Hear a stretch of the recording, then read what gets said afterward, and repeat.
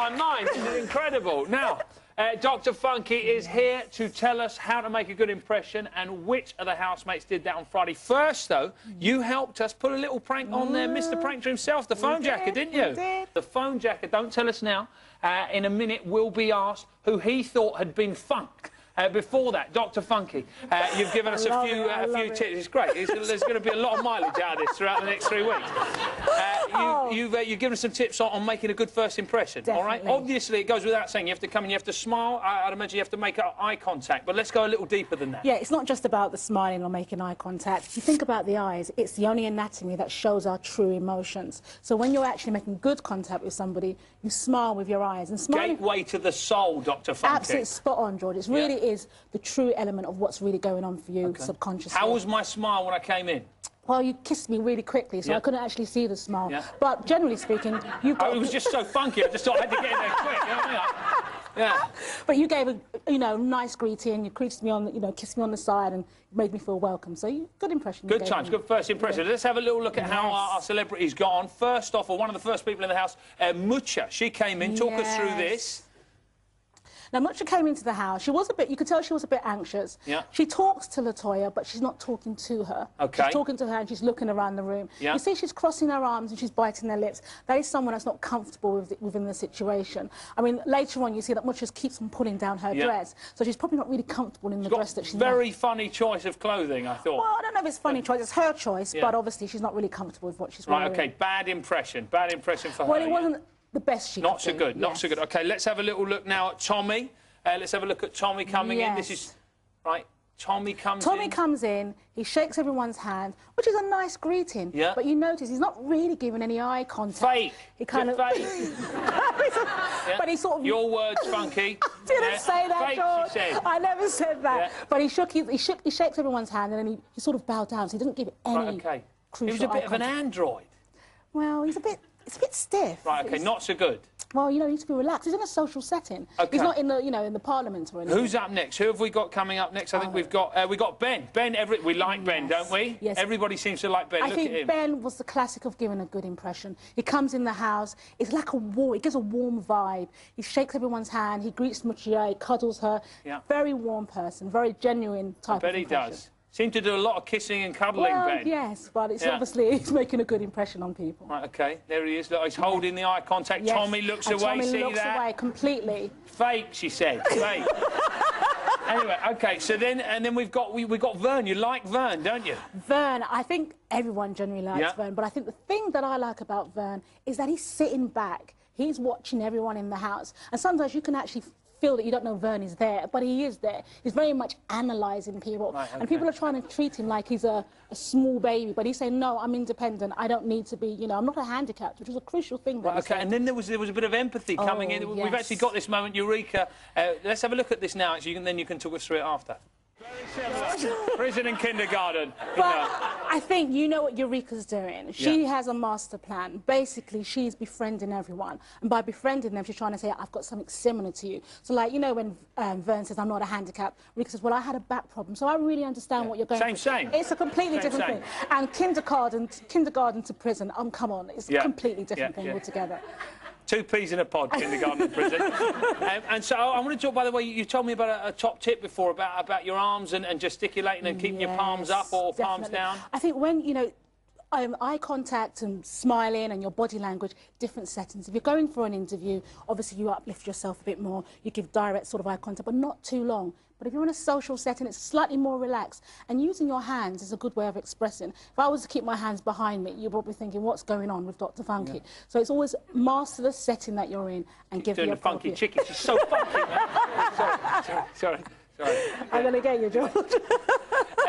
OK, now, I know we've all been very excited to find out if the phone jack has figured it out. We mentioned earlier we sent 2 runners into meeting to say hello and have a bit of a chat. What the phone jacker didn't know was that Dr. Funke had trained one of our runners in making a good impression. OK, so now the pressure is on you, sir. One of the runners made a good impression. We've got the red and the yellow. Who made a good impression on you, phone jacker? Who's been trained well by Dr. Funke? I need a quick answer. Yellow. Yellow, he says. Let's have a look and see if he's right. Reveal, boys, reveal. Oh! Yeah! Good news, Funke. Dr. Funke. All that... What I can see now is Coolio is talking, using lots of his hands, is really expressing himself. I think, Terry's listening, but is he really listening? I think Terry's got his mind somewhere else. You see his eyes are rolling. He leans forwards, rubbing his hands together. I think he wants to say something. Oi, David Attenborough wants to look out. All right? She's done brilliant, incredible body language insight. Thank you, Dr. Funke. Thank you. Come on, she has to move. She won't dance. She's saying she's a doctor and she won't dance. I don't know what's wrong with her. I know you got it in the locker. Oh. Next week, we're going to dance, all right? Now, one of the... how are you, by the way? I'm really good. That's really good. good. Are you enjoying it? Loving it. Fantastic. Now, one of the main things, obviously, isolation. That's what they're having to deal with. They can't get in touch with their friends, their families, no mobile phones, no contact with the outside world. It's a lot to deal with, isn't it? It's definitely a lot to deal with because they've lost everything. Yeah. I'm not lost everything in that sense, but they haven't got the luxuries that they're used to. And they're with people that they generally probably don't really like or don't know. So okay. A bit tricky you're going to be giving us a bit of advice on coping mechanisms, right? Yes, in a minute, but first we're just going to see how they're dealing with the pressure of life in the house. Oh, a lot of tears there. Loads of tears now, there. Dr. Funke, they're all dealing with it in different ways. Let's talk about Coolio first. He was one of 3 involved in a paparazzi challenge. They were all cooped up in a pen. Yes. He seems to have his own kind of unique way of dealing with his frustration, right? I think when we're dealing with situations like this, we either do an active coping strategy or an avoidant coping strategy. Active is you think of something to do, to entertain you. Avoidance is you just don't deal with it and you hide away or you might use substances. What Coolio is doing is... lots of people may think he's not doing is he's actively trying to cope. Okay. So he's actually irritating other people, but he's avoiding being bored. Because one of the things he said is, I can't stand to be bored. But surely that's a bit selfish, you know, if you just because you don't want to be bored, you're going to drive other people crazy? Obviously, he hasn't thought about other people. He's just thinking about himself. And yes, you're right, it is slightly selfish. But he has to think, I need to get through the next 3 weeks. What am I going to do? And this is what I'm bored, I'm isolated, I'm going to drive you mad. It's all right, because I'm going to get through it, guys. And he's got his own master plan. I think he's playing his own big brother in the house. I mean, he's winding people up. Now, let's talk about Lucy, obviously first one to come out of the house. She dealt with it in a kind of different way. She was also involved in that pap task. She finally broke and kind of gave... I mean, we say Lucy finally broke, but let's take note. Lucy was the only person that stood up to Coolio. Yeah. It took 5 days for someone to say, you're actually irritating me. And I wouldn't expect Lucy to do that because she was generally quite laid back in the house and she stood up. So I think she deserves a lot of props, really, because she stood up to Coolio when he was irritating people. Absolutely. And so I suppose what her way of dealing with the isolation and all the rest of it, just kind of a little release and then she had a cry. Yeah, I know, but we've got to bear in mind, George, they were sitting up for 36 hours doing the paparazzi. Yeah. Sleep deprivation can make you go, you know... Bit la-la. Well, a little bit. So I think Lucy just had enough. Absolutely. And what about Tina, the third one in the paparazzi task? She talks a lot. Tina and Coolio are very similar. They talk a lot, they talk about themselves. Coolio more talks interactively with others. Tina sort of talks at people. And I think she generally avoids. So she hasn't confronted Coolio. She says Coolio irritates her. But she keeps saying she seems to be the one. She's got the big mouth. She seems... I mean, like, I wouldn't want to mess with her myself. Yeah, she talks the talk. And I'm not saying I want her to explode, but I think Tina has to probably look at herself and think, well, how can I cope in a situation, rather than saying, I'm going to explode in a minute, because we don't want her to explode. No, absolutely. But it seems like she may go down that road. Would make very good telly, though. Well, it won't be good for her health. You've got a few coping mechanisms for us, Dr. Funke. First up, come on. Distraction, Yes, the key. If you're ever in a situation, it's particularly in a confined space, if you're on a train or anything like that. I'm in a tube, say, not having such a good time. And you're stuck under the tunnel for an hour.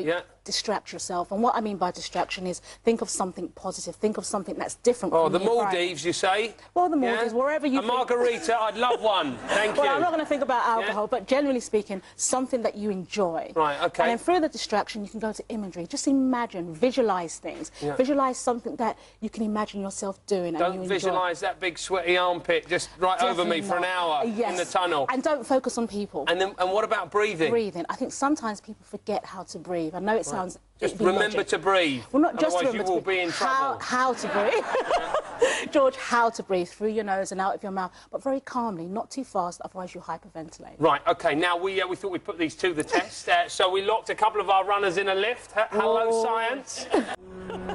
Now, the boys should be right over there. Ryan, how did you do in there with Dr. Funke's advice? It was good, it was good. I loved it, I loved it. I didn't want it to end. It helped you through, really? It was such a good time. What about you, Nathan? You had no idea why you were in there? Yeah, it was difficult. I think the more calm he was, the more nervous that made me. Was he driving you crazy with all these silly role plays and the games and all the rest? I just wanted to get out of there. If only you could have been Funk too. Huh? Give him a big round of applause, guys. Now, obviously, Dr. Funke putting Dr. Robert Winston there to shame there. He'll be quaking in his moustache boots. Big thank you to Dr. Funke, everybody. Hello, my love. How are you? I'm really good. We missed you yesterday. I know, I missed you too. Now, we've been noticing last couple of days it's got very, very bitchy in the house. They are talking about each other Why is that? quite a lot. I mean, there's nothing else for them to do than to talk about each other, but they're talking about it so much more since Friday. OK, so boredom obviously playing a kind of key part in that. What else? But they're also having a strategy. So if you start talking about someone to someone else, that gives you an idea that they may be nominating that person. So if you notice the eviction or people that were up for nomination on Friday, they were based on the groups that they were in. Right, OK, so these cliques are starting to develop and actually there's a cunning ploy afoot, maybe. Is. Really, all OK. of them are playing. Now we've actually put some of the... no talking there, Keith, if you don't mind. We put some of the best moments of everybody talking about each other behind their backs from the house together right now. Have a look at this. Oh, it's not nice in there. No. In the general scheme of things, why do people kind of talk about each other behind their backs? Why do people bitch about each other? I think people generally gossip. It's part of social interaction. It's like, you know, it's like the glue of gluing people together to understand your point of view. Sometimes people take it a bit far than it needs to be. But if we didn't have gossiping, what would the world be like? How would I know anything about you or me? And so can it be positive then sometimes? In a way, if you're adding something positive to someone's life, you're talking about someone in a kind of a positive light, there's nothing wrong with that. But it's when it gets very negative and you're trying to be quite malicious in what you're saying about that person. All right, well, listen, we put together a few of the culprits in the house and their reasons for bitching. First up, I think we've got Terry. Paranoia creeping into Terry, right? I think we're seeing a slight bit of paranoia from Terry. In the beginning, he was up front with Eureka and said, you've got an inflated ego. But then he started talking to Ben and said, you know, I don't know why she doesn't like me. You know, what? And maybe he's trying to get Ben's idea or his perspective of how he's being viewed in the house. OK. And then LaToya, she's apparently a lot of insecurity creeping into her now. LaToya, she changed from me yesterday. At the beginning, I was thinking she was really protecting Coolio and telling him how he's being misinterpreted. But did you see what she did yesterday with Vern and asked Vern, does Coolio always speak like that? And Vern stopped her in her tracks and said no. OK, because they're quite tight, Vern and Coolio. Well, because obviously Coolio's been there for Vern. And she was trying to get Vern on her side rather than Coolio's side? But I think what's happened is LaToya's starting to feel insecure because Coolio started to warm towards Michelle. Right. And if you saw LaToya's reaction, she's no longer the woman of the house because all the men have rallied around LaToya. Now, the attention is elsewhere. So she might be feeling slightly insecure about her positioning. And very quickly, Tommy. Tommy's been kicking off big time last couple of days. I think maybe this is the real Tommy shining through because he's been very quiet. Absolutely. Beginning, Tommy was a little bit mechanical. We didn't kind of get who he was. We're starting to see the true Tommy. But the reason why we picked up on jealousy, I think there's something about him and Eureka, how he interacts with her. Might be a slight attraction he has towards her. Do we reckon Tommy fancies Eureka, guys? Yeah. They're all nodding. Well, I think they might because he says that she gets on my nerves and I feel really irritated by her. But if you see how he looks at her, it's the kind of a lustful look that he gives her. He's got mad lust for Eureka. Heard it here first. Right, OK. And then I'd like you to talk us through, actually, you've got some top tips on how we can avoid bitching, right? We should be able to pull these up now. First up, you've got to avoid the culprit, yeah? Well, if you're in a conversation with someone and someone's saying something negative, avoid being in that situation. Generally, in your work environment, people can talk about negative things. Avoid being there, really. Just avoid. And then next up, we've got use humour. Absolutely. Yeah? So if you're going to be a bit snide about people, as long as you make a joke out of it, good times. In a nice way. Coolio and Terry, they use humour when they're trying to say something about someone. And that can actually, be quite a good way of doing it. OK, and then finally, counteract with a positive statement. Sorry. If you haven't got anything positive to say about someone, delete it from your vocabulary. And if you find yourself saying something negative or someone else said, counteract it with a positive. Just like little Vern did with LaToya there, right? Just jumped in, positive statement. Coolio's my guy, end of conversation. And it stops the conversation there. Dr. Funke, thank you so much. Wonderful insight.